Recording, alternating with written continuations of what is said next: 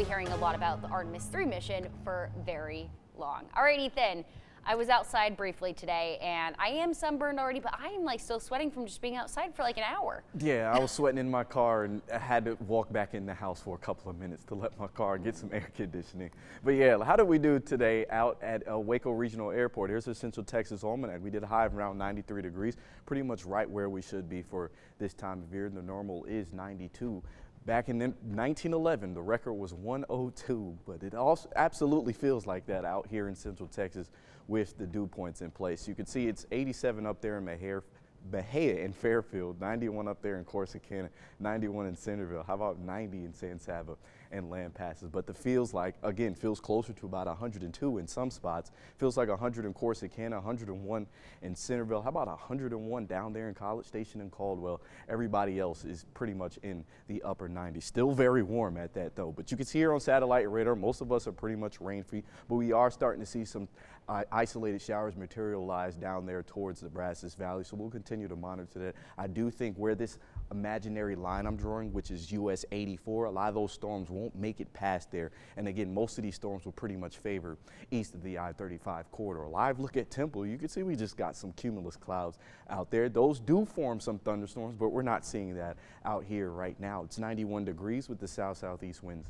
at 14 miles per hour, although it feels like 97 out there. So the rest of this evening, like I mentioned, we'll continue to see isolated showers start to develop east of I-35, but for the most part, a lot of these storms will pretty much fizzle out as they lose daytime heating. We'll do a rinse and repeat of what we saw last night with increasing cloud cover in the overnight hours. You're starting off your morning tomorrow in the low to mid 70s. Some spots may be in the upper 70s. Maybe I wouldn't rule out a couple of isolated sprinkles here and there. By the afternoon hours, we'll do it all over again with some isolated showers in the afternoon.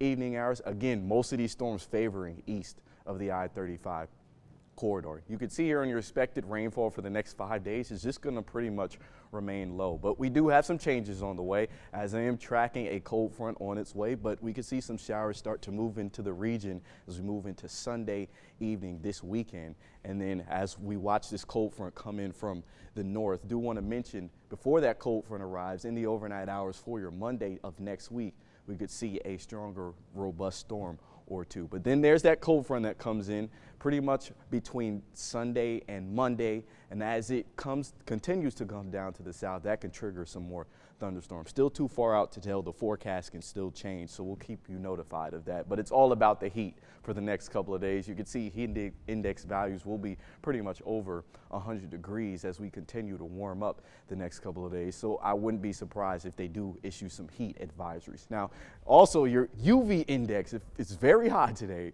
it's up to about a 10, and all it takes is about 10 minutes to burn your skin. So make sure you have the hats, the sunglasses, the sunscreen. Make sure you find some shade and limit your time outside. Make sure you're staying hydrated as well. But as you can see here on your 7-day forecast, mid-90s by Thursday and Friday.